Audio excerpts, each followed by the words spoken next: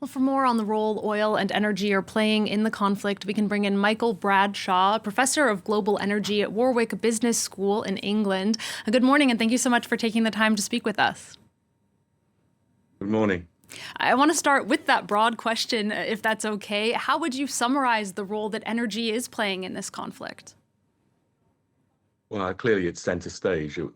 It's part of a strategy of Iran now to make the whole thing expensive globally, perhaps to try and bring pressure on Donald Trump to try and ease things because the oil prices are well over $100 a barrel.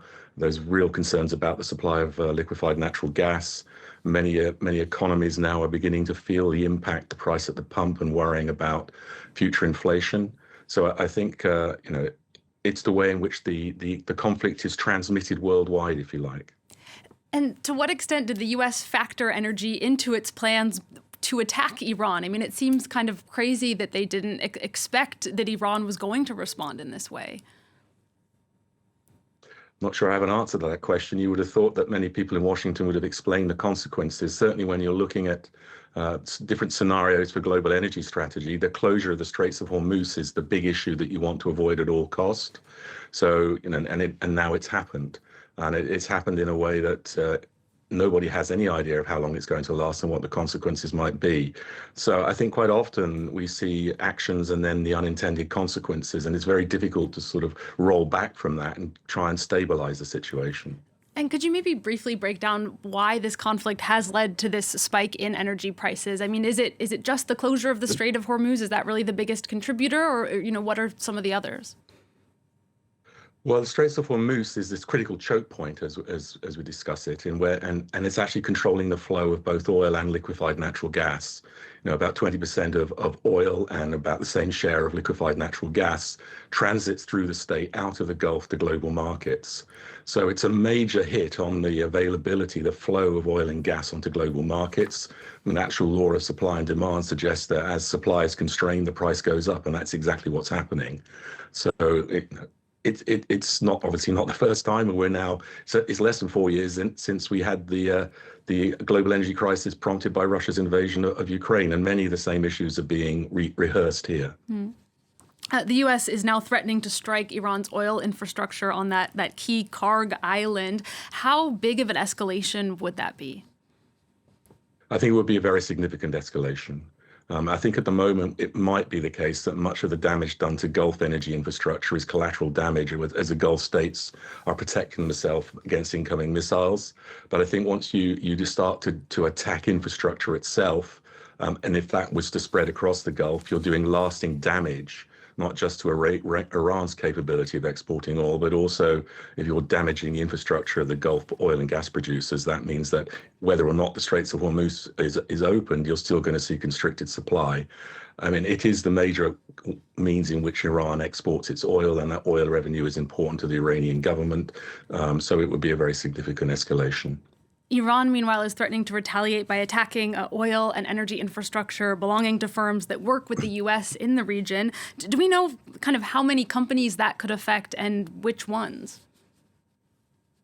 Well, most of the national oil companies in the Gulf, one way or another, cooperate with international companies. And it's one of the issues in terms of who's exposed to this. But, the international oil companies, the likes of Exxon, BP, Shell, Chevron, they all have joint ventures with companies like ADNOC and Saudi Aramco. So they're part of an integrated global supply chain. So that, particularly in the case of Qatar Energy supplying 20% of global LNG. So once you start to damage those infrastructures, and it takes time to repair them and get them up and running, it's simply going to extend the duration of the conflict and the impact of that conflict. You mentioned the war in Ukraine. Europe and Ukraine have been very critical of the U.S. for easing sanctions partially on Russian oil to stabilize the market. The U.S. has insisted that Russia is not going to be benefiting very much financially, but is that true? Well, the calculations being done in Europe suggest that it's not true, that there's a significant increase in revenues coming into the Kremlin, in the short term at least, because the United States talks about freeing up sanctions on oil that's already on the water, as it were. So there is going to be an uplift in income, and the discount that Russia was having to pay on its Urals crude has also been reduced. So I would have to assume that it's going to improve the finances for the Kremlin. Donald Trump has also been saying that this spike in prices is just going to be temporary, an attempt to reassure Americans. But is that likely to be the case? Well, no, that's the big question. How long is this going to last? Nobody knows. And as I've already suggested, there's a difference between opening up the Straits of Hormuz and allowing shipping to transit. But if lasting damage is done to oil-producing infrastructures in the region and gas-producing infrastructures, then that's going to have a much longer-term impact. So I guess we have to wait and see over the coming days, how much damage is done to the energy infrastructure in the Gulf, and what the long-term consequences of that might be. How much worse do you think, governments are going to let it get? Because oil is important. The situation is important to countries on all sides. So, you would imagine that at some point it's sort of too important to let it fail. So, yeah, how far do you think it could go? Well, it's very difficult to know what governments can do. I mean, if we learn lessons from the 2022 crisis in Europe, certainly in the UK, I mean, the government spent about £50 billion of taxpayers' money on cushioning the costs for consumers, when it came to the fact that natural gas prices had escalated. So I mean, there's not a lot that governments can do. The price is set by the global market. The global market is being determined by pattern supply and demand. They can look at taxation. Certainly in the UK, there's discussion about not imposing an increase in fuel duty, for example.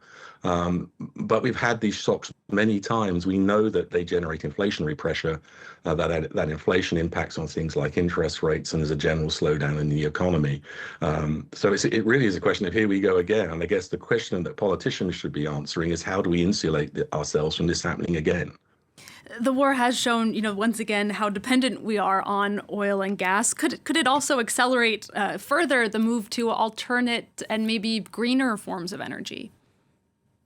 That's certainly the narrative in Europe, and certainly in the UK, where the Labour government has a very strong policy of accelerating renewables. I think we have to understand that the role that oil in particular plays in our economy. It's not just about, petrol for cars, the so-called combustible uses of oil. A lot of oil is the non-combustible demand that goes into the refineries that makes all the products that we consume today. So that you may be able to do something to drive down demand for oil in the automotive sector. And we already see that happening in China. And in the gas sector, you may be able to do more to remove gas from the power generation grid and heating. But our reliance on oil is firmly embedded in our everyday lives. And so it's going to be very difficult for us to reduce that. But the net effect may be an acceleration of demand destruction for oil. I just want to ask you about one more claim from Donald Trump. He suggested that the high prices are actually a good thing for the U.S., since the U.S. is itself one of the world's largest oil producers and the largest producer of liquid natural gas. To what extent will U.S. oil companies be profiting from this conflict? It depends the extent to which those oil companies are exposed to activities in the Gulf. And as I alluded to earlier, companies like Exxon and Chevron, I mean, part of their global production portfolio is located in the Gulf. So while there may be gains in sort of domestic production, there also is a downside in terms of that they've lost access to that production. For American companies primarily focused on the domestic market in the shale industry, there's no doubt that this is an opportunity, because the higher prices are unleashing the kind of drill baby drill, I suspect, that Donald Trump wants to see. So yes, it's good for them, but it's not good for customers at the pump, because those same global prices, with a modest discount perhaps, are the same prices that American customers have to pay as European customers have to pay. So it may be a short-term benefit to the oil industry, but the overall macroeconomic impact on the economy is negative. Yeah, and the voters are the ones that Donald Trump will have to answer to in the midterms. Michael Bradshaw, thank you again so much for bringing us your insight this morning. That's Michael Bradshaw, a professor of global energy at Warwick Business School.